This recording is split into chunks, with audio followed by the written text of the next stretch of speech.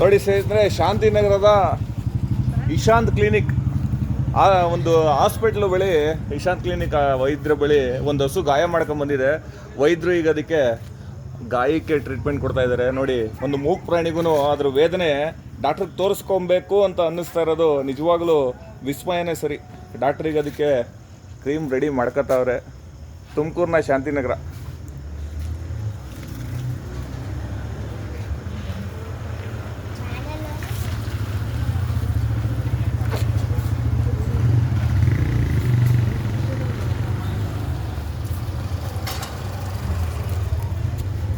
ಇಲ್ಲ ಮಾಡಿ ಏನು ಮಾಡೋದು.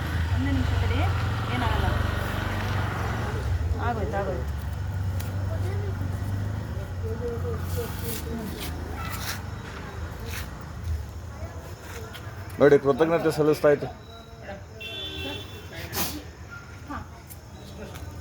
ನೋಡಿ, ಡಾಕ್ಟರ್ ಅದಕ್ಕೆ ಈಗ ಬ್ಯಾಂಡೇಜ್ ಮಾಡಿದ್ರು.